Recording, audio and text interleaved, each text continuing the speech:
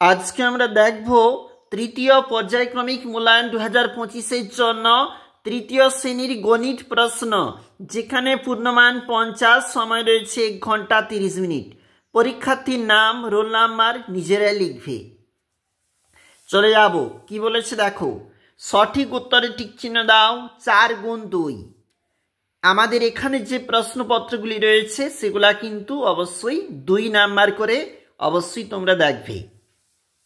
ছবি দেখে ফাঁকা ঘর ভরাট করো। 3 নাম্বার বলেছে। ছবি দেখবে কটা বাজলো, 10টা বাজলো, এখানে বাজলো বিকাল 4টা বেজে 30 মিনিট। তুমি তা লিখবে, দেখে দেখে তুমি লিখবে। এরপরে যোগ বিয়োগ করো বলেছে 12 নাম্বার। ঘন্টা মিনিট বলেছে, এই বছর মাস বলেছে। এগুলাও তোমরা খুব মনোযোগ সহকারে দেখবে, গুরুত্বপূর্ণ মডেল এটা।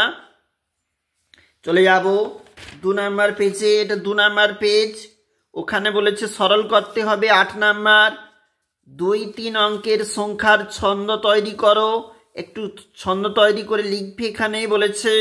4 নাম্বার। অঙ্কের ভাষায় সমাধান 15 নাম্বার। আজ টিফিনে আমরা 8 জন বন্ধু, প্রত্যেককে 2টি করে বিস্কুট। অঙ্কটা অবশ্যই দেখবে। একটি বই রাখার আলমারিতে 3টি তাক আছে, ওটাও দেখবে।